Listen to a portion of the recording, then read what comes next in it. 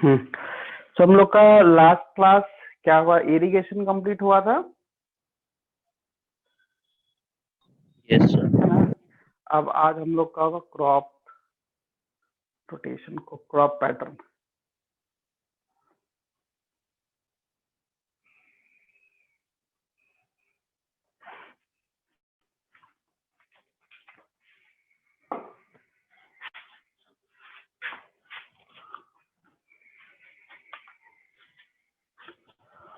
Chapter चल रहा था फूड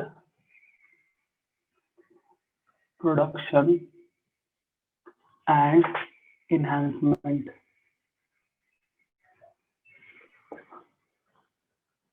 ठीक है,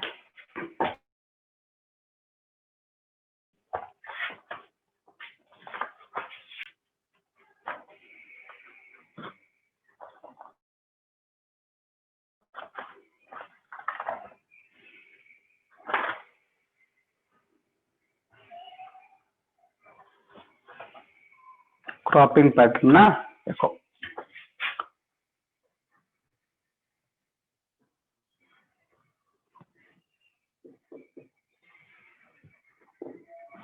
क्रॉपिंग पैटर्न से क्या फायदा है बताता हूँ।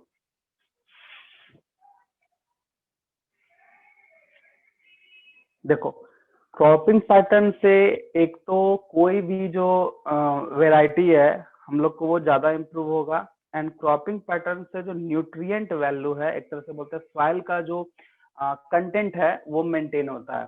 कंटेंट मेंटेन करने का मतलब कि मिनरल्स ह्यूमस वगैरह जो भी प्रेजेंट है वो होना चाहिए। तो कहीं ना कहीं एक तरह का अगर हम प्लांट का प्रोडक्शन ज्यादा कराना है तो सॉइल में न्यूट्रिएंट वगैरह ज्यादा देना पड़ेगा, जिसके लिए हम माइक्रो एंड मैक्रो न्यूट्रिएंट पढ़े थे। साथ साथ में ये पैटर्न जो क्रॉपिंग पैटर्न है इसको हम लोग अडॉप्ट करके उसके वहां के सॉइल का न्यूट्रिएंट को हम मेंटेन कर सकते हैं। ठीक है, जैसे देखो क्रॉप पैटर्न में तीन है, एक है क्रॉप रोटेशन, एक है इंटरक्रॉपिंग और एक है मिक्स्ड क्रॉपिंग। ठीक है, जब तुमसे बोला जाता है इंटरक्रॉपिंग तो ध्यान रखना कि इंटरक्रॉपिंग में क्या होता है, एक रो में कोई एक और प्लांट, दूसरे रो में कोई और एक प्लांट। ठीक है, इस तरह से, और एक एक पर्टिकुलर डिस्टेंस मेंटेन भी होना चाहिए। ठीक है, ये एक अलग स्पीसीज है, ये एक अलग स्पीसीज है, देन इस तरह का तीसरा अलग अलग स्पीसीज है। इस तरह से जो है क्रॉपिंग इस सॉरी ये जो मेथड है ये हमारा इंटरक्रॉपिंग कहलाता है। और अगर हम मिक्स की बात करेंगे तो दो से ज्यादा सीड्स को हम मिक्स करके उसको एक फील्ड में लगा देंगे। जैसे मैक्सिमम हर्स जो लत वाला प्लांट होता है, जो झाड़ी लाइक प्लांट होता है, जैसे बहुत सारा है, जैसे मटर है, फिर हम लोग बोल सकते हैं टमाटर है। इस तरह का जो है वो मिक्सिंग से मिक्स क्रॉपिंग करके उसको किया जाता है, जिसके कारण न्यूट्रिएंट का जो कंटेंट है वो मेंटेन रहा। और एक लास्ट होता है क्रॉप रोटेशन। क्रॉप रोटेशन में क्या है कि फर्स्ट टाइम पे हम सीरियल्स का लगा दिए, आई मीन कोई भी अनाज लगा लिए, और नेक्स्ट जो है वो कोई पल्स फैमिली वाला लगा दे। पल्स फैमिली मतलब सिंपल दाल वाला जो भी है वो प्लांट लगा दिए। जैसे कि सीरियल्स जब होगा तो मैक्सिमम न्यूट्रिएंट का वो एब्जॉर्ब कर लेता है, मीन सॉइल में न्यूट्रिएंट कंटेंट घट जाता है क्योंकि सीरियल्स उसको ज्यादा ले लेता है। लेकिन अगर हम बात करें पल्स का तो पल्स जो है न्यूट्रिएंट, कुछ पर्टिकुलर न्यूट्रिएंट जो ऐड करता है वो है नाइट्रोजन। ठीक है, मतलब नाइट्रोजन को फिक्स करना बहुत इंपॉर्टेंट है सॉइल में, क्योंकि अगर सॉइल में नाइट्रोजन को फिक्स नहीं करेंगे तो वो प्लांट को इंटेक नहीं कर पाएगा, और प्लांट इंटेक नहीं होगा तो प्रोटीन बन नहीं पाएगा। तो अल्टीमेटली किसी भी प्लांट को प्रोटीन बनाना है, उसका सेल तो प्रोटीन से बनता है, तो प्रोटीन बनाना है तो उसके लिए क्या चाहिए, नाइट्रोजन चाहिए। नाइट्रोजन के लिए क्या है, नाइट्रोजन फिक्सेशन करना, फिक्स करना पड़ेगा, क्योंकि वो तो एटमॉस्फेरिक गैसेस के फॉर्म में है। तो नाइट्रोजन फिक्स करने के लिए जो प्लांट होता है वो पल्स फैमिली का है, क्योंकि दलहन खेती बोलता है, दलहन खेती लगा, दाल का खेती करने से क्या होता है कि उसके रूट्स में कुछ बैक्टीरिया जो कि नाइट्रोजन को फिक्स करने का काम करता है, और वो नाइट्रोजन कंटेंट सॉइल में रहा।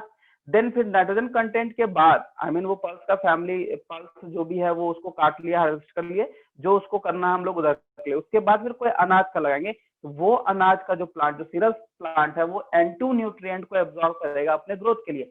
ये कोई फिक्स नहीं कर पाता है।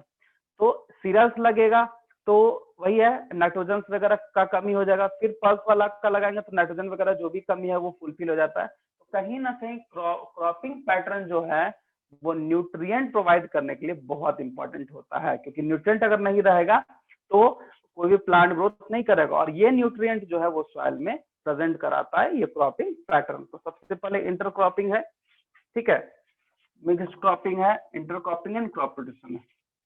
तो सबसे पहला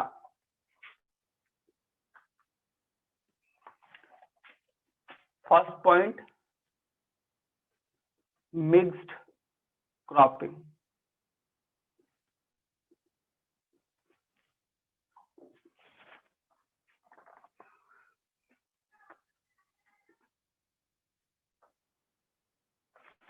It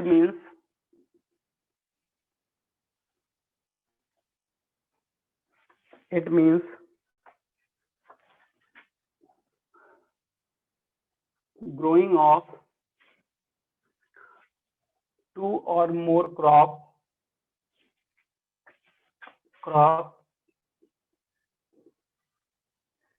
simultaneously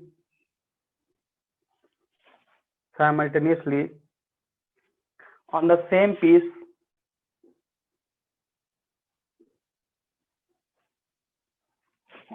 piece of land.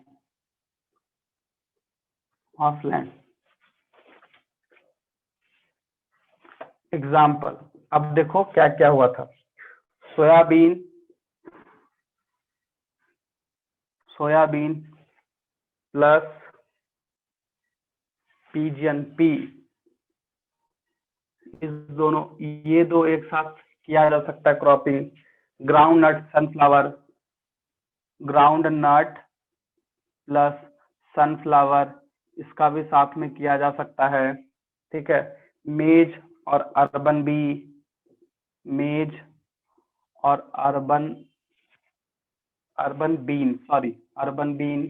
ठीक है। उसके बाद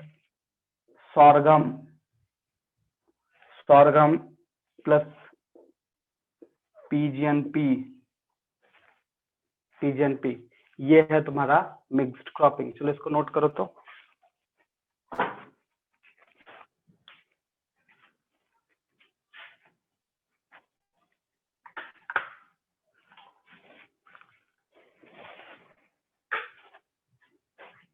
एक्सक्यूज मी सर। बोलो। सर मिक्स्ड क्रॉपिंग में हम लोग को दो या फिर दो से ज्यादा क्रॉप एक ही साथ हम लोग ग्रो करवाते हैं, तो हाँ। इंटरक्रॉपिंग में भी तो वैसा ही होता है ना, दो से ज्यादा? इंटरक्रॉपिंग में देखो, इंटरक्रॉपिंग में क्या है कि हम देखो ये दोनों को एक साथ सीड्स मिला के हम फेंक दिए, लेकिन उसमें एक साथ नहीं कर रहे हैं। क्या कर रहे हैं, पहले एक रो में कुछ और लगा रहे हैं, दूसरे रो में कुछ और लगा रहे हैं, तीसरे रो में कुछ और लगा रहे हैं। लेकिन इसमें क्या कर रहे हैं, सोयाबीन भी यहीं पे आ रहा है और पीजियन पे भी यहीं पे आ रहा है, ठीक है। सनफ्लावर यहीं पे है और ग्राउंडनट यहीं पे है, एक ही रो में दोनों है, बट यहाँ पे दोनों में ये इंटरक्रॉपिंग हो गया और ये मिक्स्ड क्रॉपिंग, ठीक है। नॉर्मली तुम लोग कभी वैसा जगह पे जाओगे तो देख सकते हो कि मतलब गांव में तो ऐसा होता ही है कि जैसे टमाटर है, टमाटर के साथ मटर, वो ग्रीन वाला मटर जो हम लोग खाते हैं, उसका खेती साथ में कर लेते हैं। सरसों के गाछ में कुछ और डाल देते हैं। मतलब एक बड़ा प्लांट, छोटा प्लांट भी है, मतलब आई मीन लत वाला जो वो टेंडल्स वगैरह से जो होता है सिंपल, वो सब के साथ में एक साथ हो सकता है, ठीक है। तो सारा कुछ सॉइल में साथ में होता है, वही चीज उसी को बोलते हैं। हाँ ठीक, इसको नोट करो। और बहुत सारा एग्जाम्पल है, उसको लिख ही देते हैं तुम लोग को। Wheat plus gram, wheat plus mustard. Wheat gram तो ये हम भी देखें, वीट मस्टर्ड हम भी देखें, ठीक है। तो ये है कॉटन, मूंग बीन, वही मूंग दाल, कॉटन प्लांट बड़ा है, मूंग बीन छोटा वाला है, वो चीज होता है।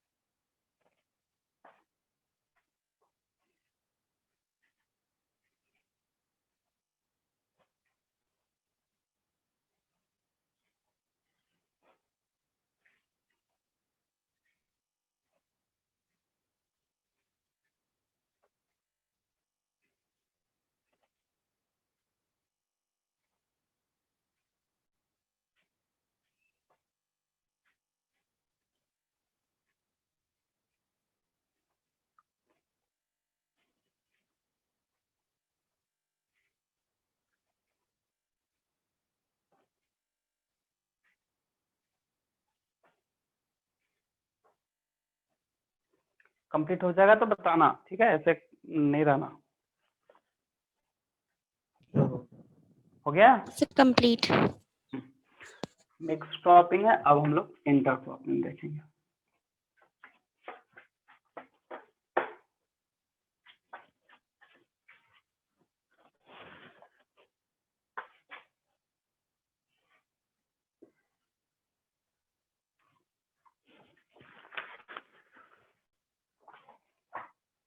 Inter cropping,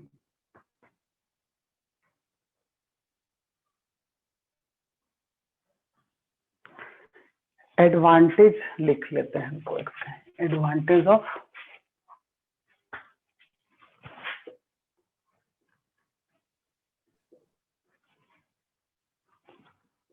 mixed cropping.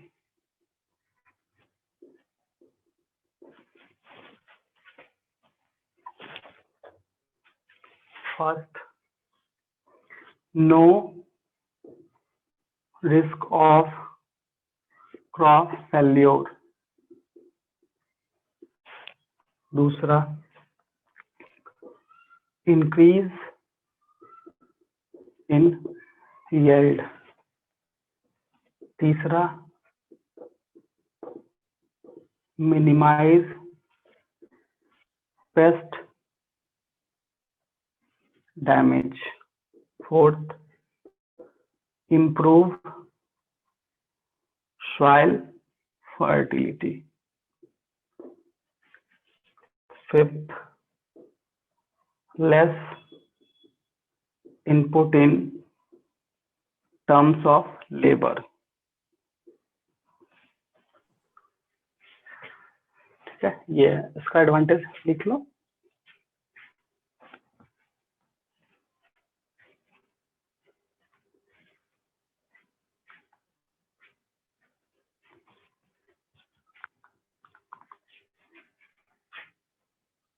Completed।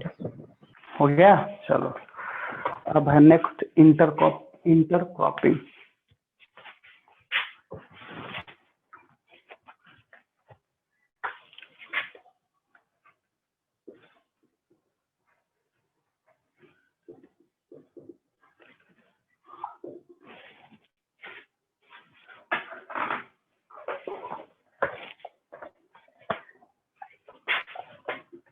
It can be defined as growing of two or more crop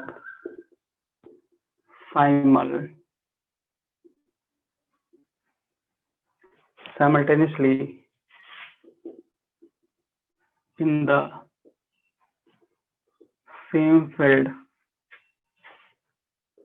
in a definite row pattern।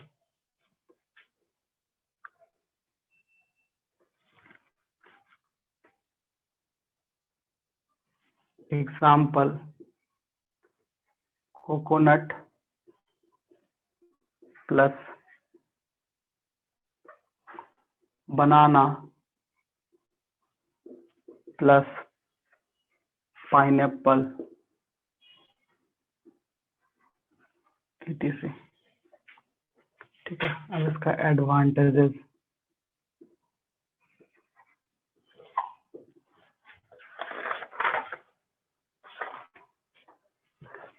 First point, it makes optimum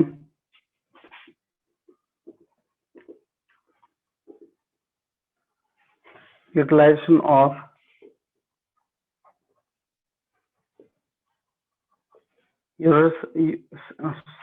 resources such as sunlight, land and water। Second,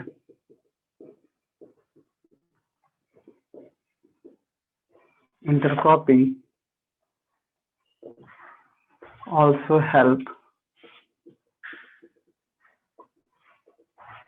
to prevent spread of pest and disease to all the plants belonging to one crop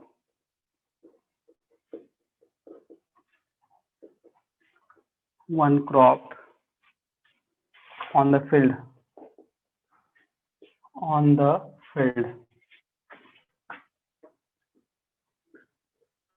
तीसरा है maintain soil fertility.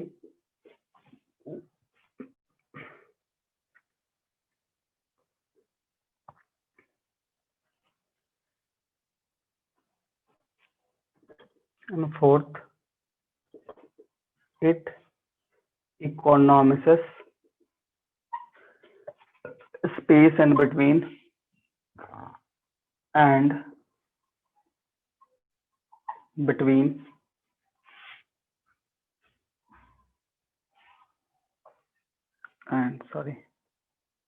and time of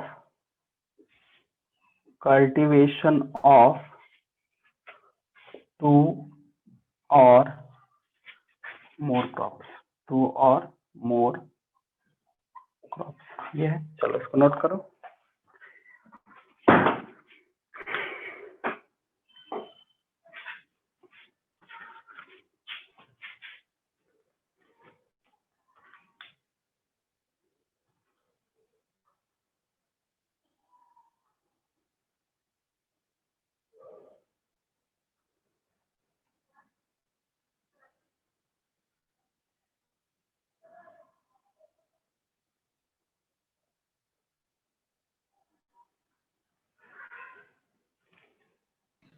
Completed. हो गया, चलो ठीक है.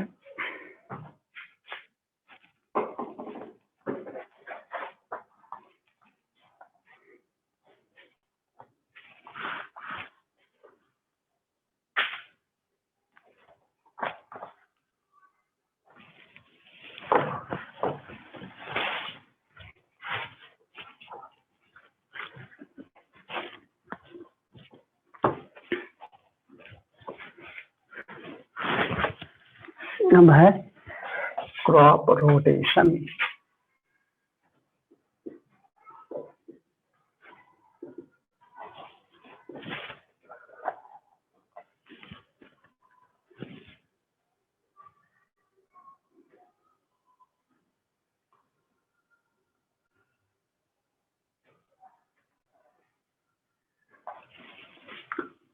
in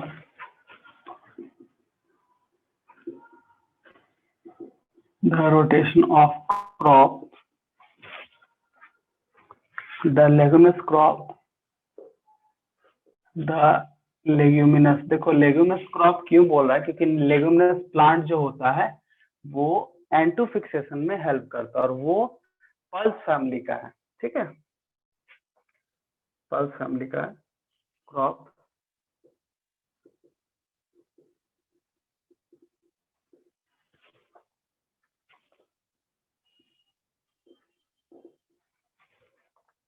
like pulses,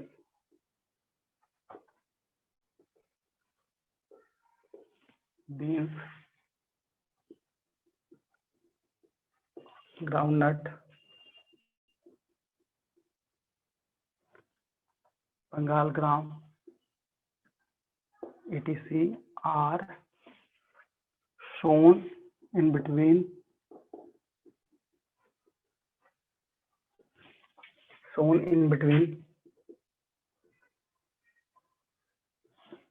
the season of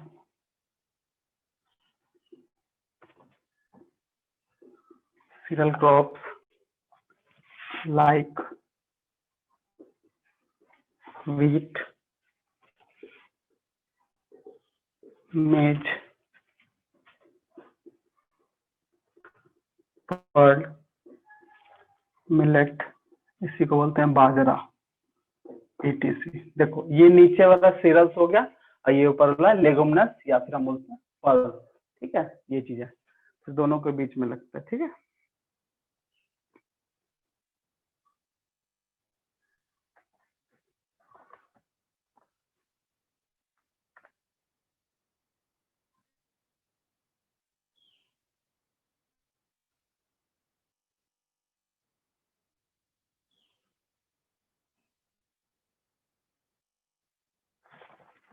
इसके advantages है।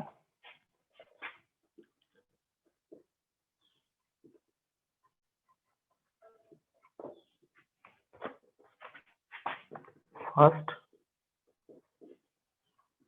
Rotation of crops improves soil fertility। दूसरा, it saves a lot of N2 fertilizer। Third, it helps in weed and pest control। चलो ये चीज है, इसको नोट कर लो।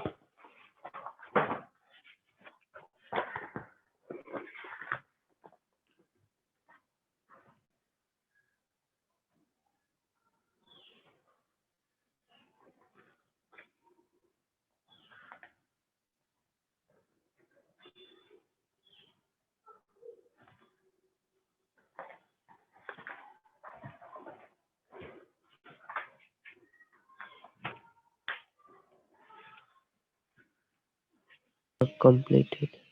हो गया, चलो अब हम लोग क्रॉप प्रोटेक्शन मैनेजमेंट है। ठीक है,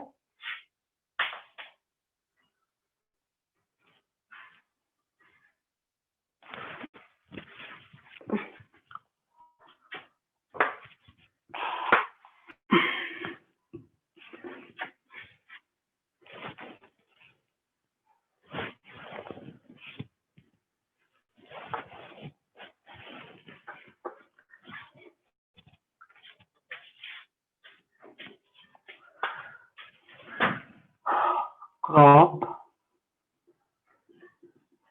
प्रोटेक्शन मैनेजमेंट। देखो सबसे फर्स्ट में ध्यान रखना, क्रॉप प्रोटेक्शन होगा ना, क्रॉप प्रोटेक्शन मैनेजमेंट। देखो यहाँ पे क्रॉप प्रोटेक्शन या सिंपल है प्रोटेक्शन।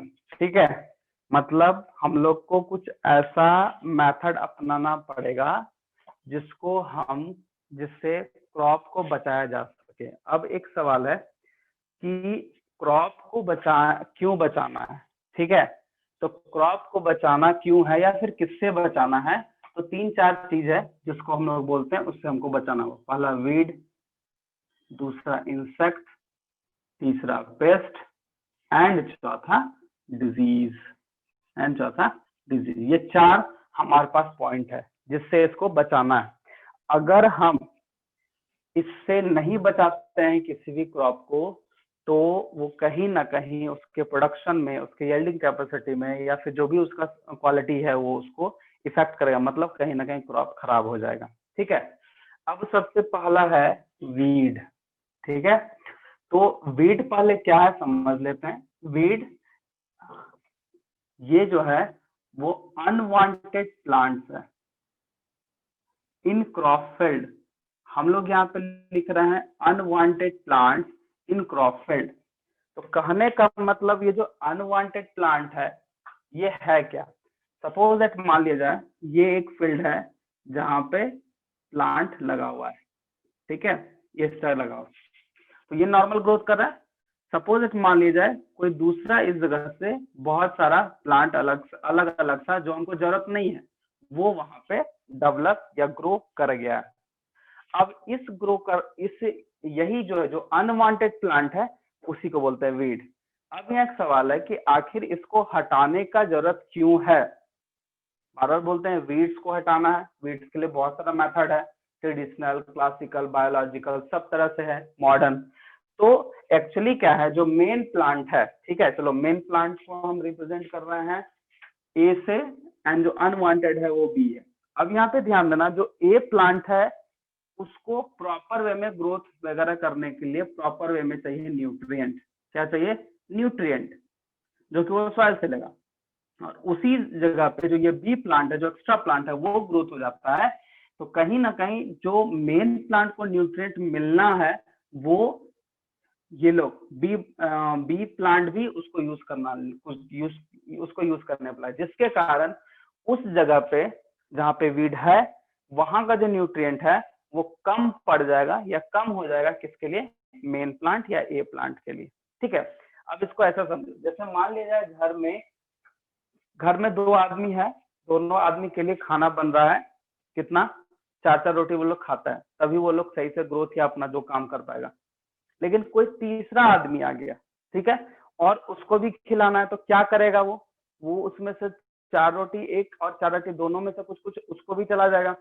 तो जो उसको होना चाहिए तो उतना फुलफिल कर पाएगा? नहीं कर पाएगा। सेम कुछ यहाँ है कि जो मेन प्लांट उसको जितना न्यूट्रिएंट चाहिए उसको सॉइल से मिल रहा है, लेकिन वहां पे कोई और एक प्लांट आ गया जिसका हमको जरूरत नहीं है और वो न्यूट्रिएंट उसको ले रहा है, तो कहीं ना कहीं इफेक्ट किसको कर देगा?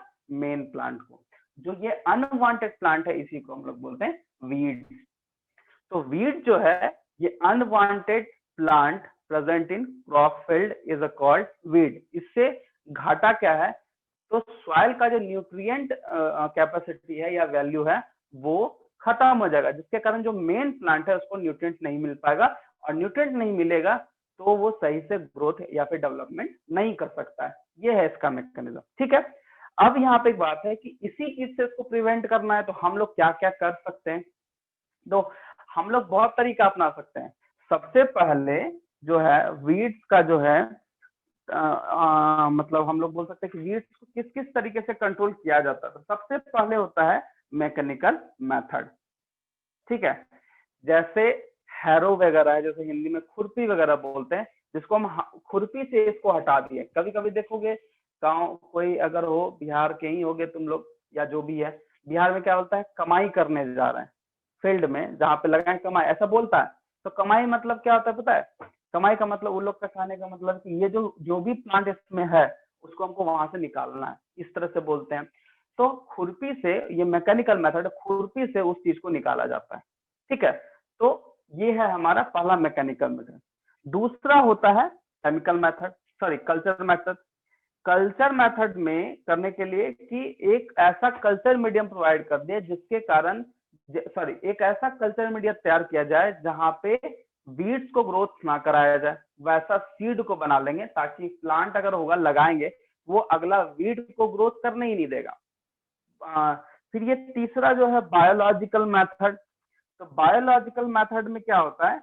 कुछ ऐसा वीड है, ठीक है, कुछ ऐसा वीड है जैसे अपुंसिया वगैरह, ठीक है, वो सब एक ऐसा वीड्स होता है, एक ऐसा प्लांट होता है जिसको हमको लगा देने से, ठीक है, उसको इंसेक्ट खा लाएगा या फिर वहां पे वो ग्रोथ, बायोलॉजिकली मतलब कि इंसेक्ट्स वगैरह जो है अगर आ जाएगा तो वो उसको खा लेगा।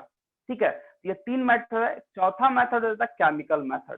केमिकल में सीधा सीधी हम लोग बात करते हैं कि जो फैक्ट्री में बनता है वीडिसाइड्स। वीडिसाइड्स में क्या है कि हम वीडिसाइड्स को अगर क्रॉप में डाल दिए तो जो अनवांटेड प्लांट है वो बढ़ेगा ही नहीं, वो घटेगा, आई मीन वो मर जाएगा। ठीक है, ये है वीड्स का डिफिनेशन, और इस तरह से हम लोग इसको कंट्रोल कर सकते हैं। बहुत सारा केमिकल निकल गया है, वीड्स वही वीडिसाइड्स बहुत सारा निकल गया।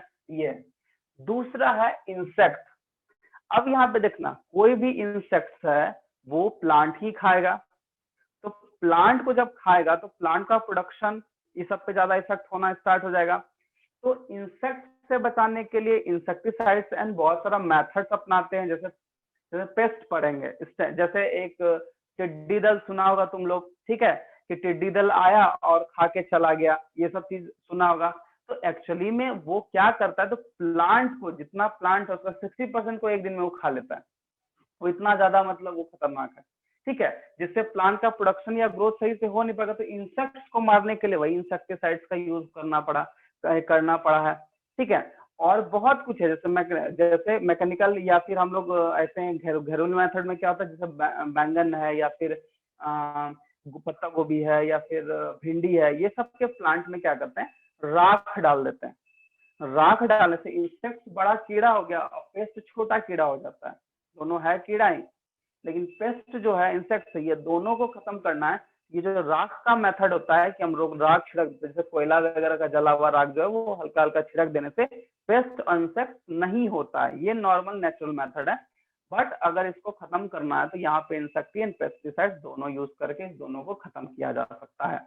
अब हम लोग आते हैं डिजीज। देखो, सबसे फर्स्ट में डिजीज कहने का मतलब है कि कोई ना कोई वहां पे फंगल या फिर कोई ना पैथोजन वहां प्रेजेंट होगा, तो उसके लिए हमको प्रिवेंट करना बहुत इंपॉर्टेंट है। ठीक है, देखो डिजीज जो होता है उसको रोकने के लिए जो है सबसे पहले माइक्रो ऑर्गेनिज्म को जो है वो रोकना पड़ेगा। ठीक है, तो माइक्रो ऑर्गेनिज्म के लिए हम लोग को ध्यान देना है कि आसपास का जो भी है हमारा क्लीनिंग या जो भी सॉइल्स वगैरह में प्रेजेंट है, मेनली एयर वगैरह के थ्रू ये सब होता है, तो हम लोग को ध्यान रखना पड़ेगा कि आसपास में कोई वैसा चीज नहीं है ताकि प्लांट को भी इफेक्ट करे। और बोलता है ना कि प्लांट को भी अगर प्लांट भी लगाना है तो फिर बोलता है अगल बगल में वैसा गंदगी नहीं करना चाहिए, सही में करता भी नहीं है, क्योंकि अगर साफ नहीं करेंगे तो प्लांट को खराब कर सकता है, क्योंकि वहां डिजीज हो जाएगा। तो फंगल है, बैक्टीरियल है, इस तरह का डिजीज जो है वो कॉज कर सकता है, तो उसके लिए प्रिकॉशन लेना पड़ता है। ठीक है, जैसे हम बता रहे हैं कि अगर हम बात करेंगे डिजीज का, ठीक है, एक सेकंड, हाँ, अगर हम बात करेंगे डिजीज का तो सबसे पहले ध्यान देना पड़ेगा कि वो होता किससे, तो soil borne disease, air borne disease, ये सब जिसके थ्रू फैलता है, वाटर बॉर्न डिजीज मतलब वाटर कंटामिनेट है उसको हम डाल देंगे सॉइल में पानी, तो ये सबसे बचना पड़ेगा। तो इसी 4-5 तरीके से हम लोग इस चीज से बचा जा सकता है। इंसेक्ट पेस्ट एक ही है, ठीक है, बस यही है। तो यहाँ पे हम लोग को देखना है कि weed, insect pest and disease, ये तीनों से हमको बचाना, और इसी के पैटर्न को हम लोग बोलते हैं या मैनेजमेंट बोलते हैं crop protection management. Maximum case में जो भी इसका प्रोटेक्शन करना होता है उसके लिए हम लोग केमिकल से बनाया, फैक्ट्री में बना हुआ जो केमिकल होता है वो इंसेक्टिसाइड्स, पेस्टिसाइड्स, वीडिसाइड्स, इस तरह से हम लोग ज्यादा यूज करने लगते हैं। यही है तुम्हारा क्रॉप प्रोटेक्शन मैनेजमेंट। ये हम लोग अगर प्रोटेक्ट कर लिए, क्योंकि हम लोग क्रॉप का मेथड भी ले लिए, न्यूट्रिएंट भी पढ़ लिए, कैसे उसको प्रोडक्ट कर लिए, लेकिन अगर उसको बचाएंगे ही नहीं ना तो हमारा क्रॉप पूरा खराब हो जाएगा। यही है तुम्हारा क्रॉप प्रोडक्शन मैनेजमेंट। इसमें कुछ अगर किसी को पूछना है तो पूछ सकते हो, अगर किसी को कुछ पूछना है तो पूछ सकते हो।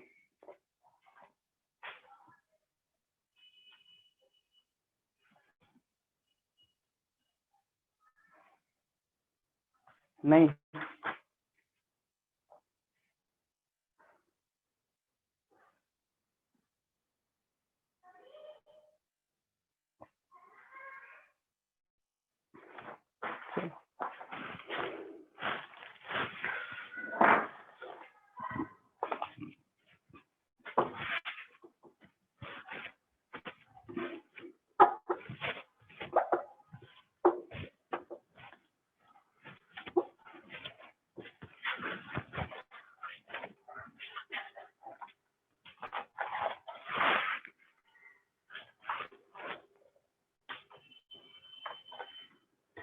सबसे पहले टॉपिक दो, weed control. First point,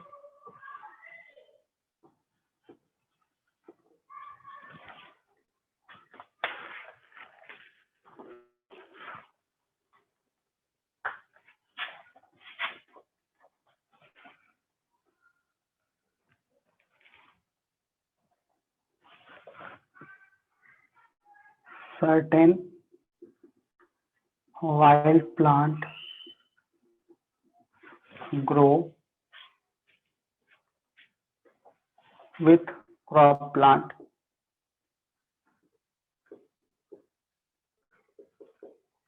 is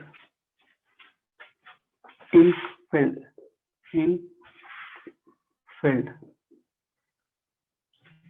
called weed. Certain unwanted लिखना, unwanted wild plant grow with crop plant in field. Field का spelling गलत. Field called weed.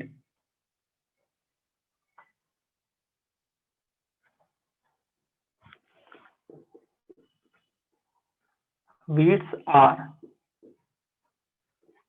very harmful because of the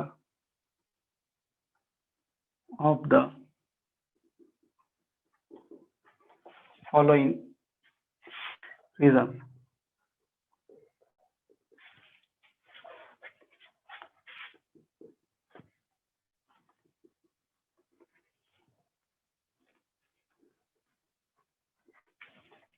Weeds grow in the crop field.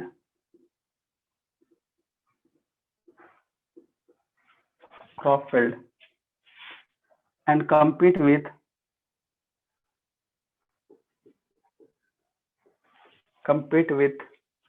the main crop.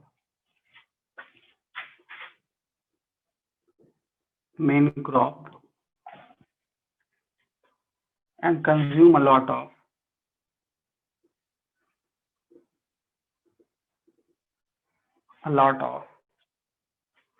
soil moisture.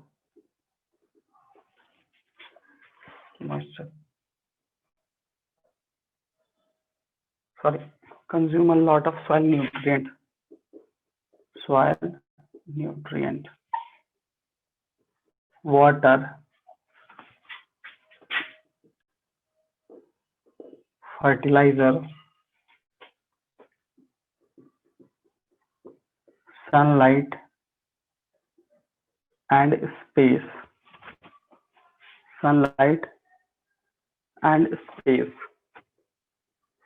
Which are meant for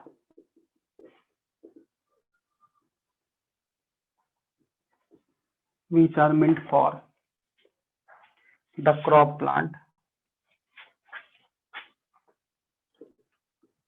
Crop plants. This result in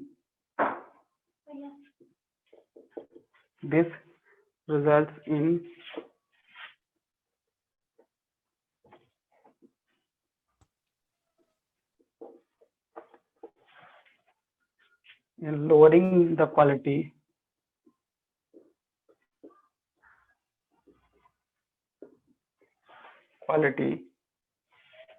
of food grains and reduces the crop field. चलो note करो. Crop field.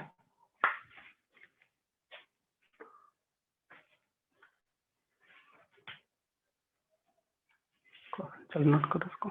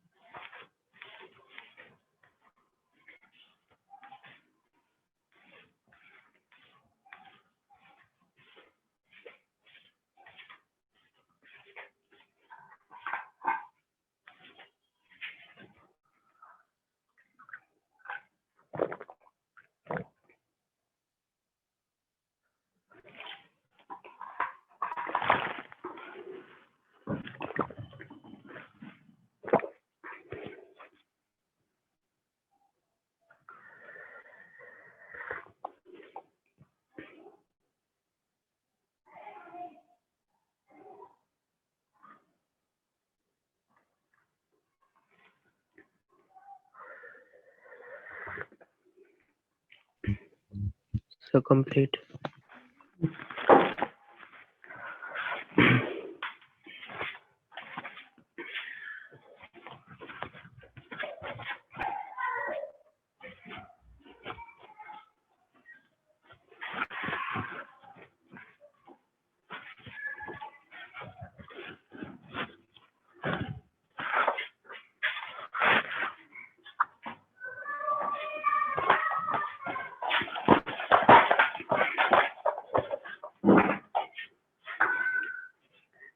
Beats may sometimes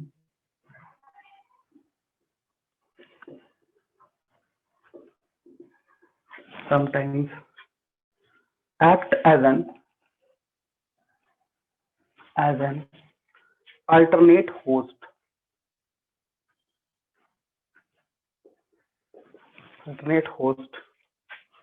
for microorganisms and different insects which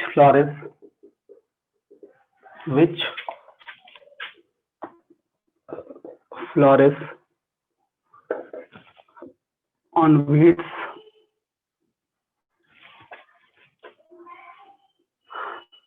and attack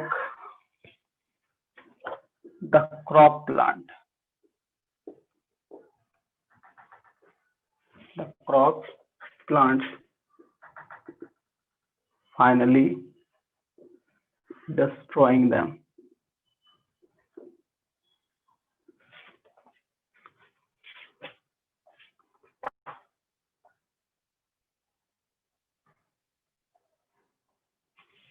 Example: Amaranthus,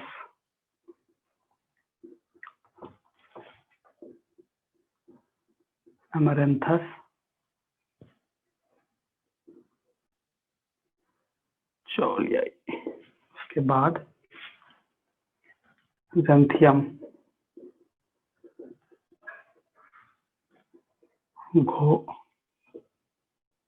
घोखरो, parthenium,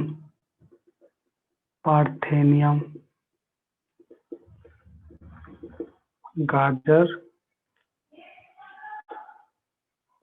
घास,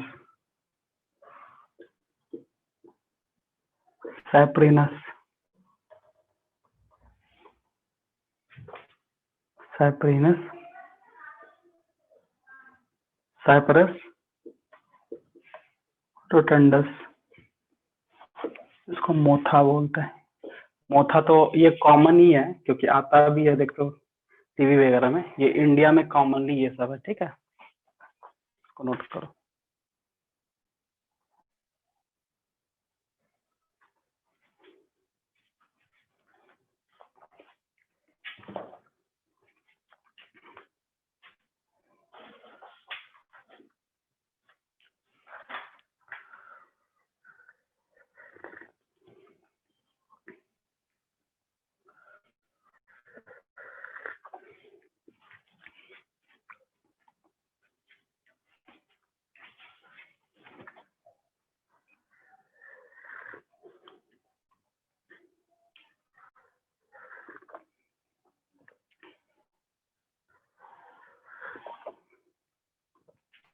So completed.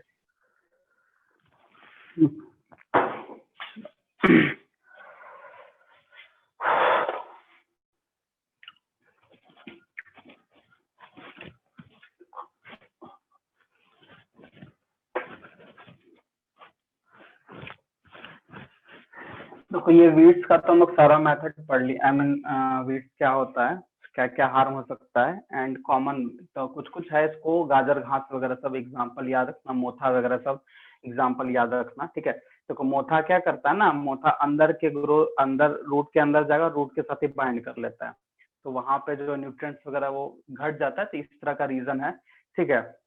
So next class हम लोग weed का जो controlling method जो हम पढ़े हैं अभी, मैकेनिकल, केमिकल, कल्चर, बायोलॉजिकल, ये सब हम लोग नेक्स्ट क्लास कंप्लीट करेंगे। देन इंसेक्टिसाइड्स, पेस्टिसाइड्स वगैरह जो भी है, इसको नेक्स्ट क्लास कंप्लीट करेंगे, ठीक है। आज के क्लास में अगर कोई प्रॉब्लम है, कोई डाउट है तो तुम लोग पूछ सकते हो। कोई भी डाउट है, कुछ भी अगर मन में सवाल है तो पूछ सकते हो। सबका क्लियर है? Yes sir. ठीक है, क्लियर है ना? तो मतलब आज जो वीड्स वगैरह जो समझा है वो समझ में आ गया ना, ठीक है। सो एक बार तुम लोग एनसीईआरटी का जो प्रोटेक्शन मैनेजमेंट है उसको एक बार जरूर रीड करना, ठीक है। कि जो भी उसमें है वो तुम लोग को समझ में आ रहा है कि नहीं आ रहा। तुम लोग एनसीईआरटी का लाइन क्यों नहीं पूछते, हमको समझ में नहीं आता। ठीक है, एनसीईआरटी का लाइन समझ में आता है या फिर बस ऐसे ही पढ़ते नहीं हो। ठीक है, तो उसको पढ़ा करो। ठीक है, पढ़ोगे तो उसमें कुछ कुछ पॉइंट्स है जो तुम्हारे सामने आएगा। ठीक है, जो तुमको थोड़ा प्रॉब्लम हो सकता है तो उसको फिर ठीक किया जा सकता है पढ़ के। ठीक है, समझ के किया जा सकता है। तो एनसीईआरटी को भी क्लियर करते चलो। ठीक है, सो उसको भी एक बार रीड करना, देखना जो हम समझाएं वो समझ में आया है कि नहीं आया। ठीक है, और नेक्स्ट क्लास हम कुछ क्वेश्चन ओरली पूछेंगे आज के क्लास को लेके। ठीक है, आज का जो भी क्लासेस हुआ है, ठीक है, उसके लिए हम कुछ पूछेंगे। सो उसको तुम लोग ध्यान रखना कि एडवांटेजेस क्या क्या हो सकता है। ठीक है, ये चीज है। ठीक है, तो हम लोग नेक्स्ट क्लास मिलते हैं आगे के मेथड के साथ। ठीक है।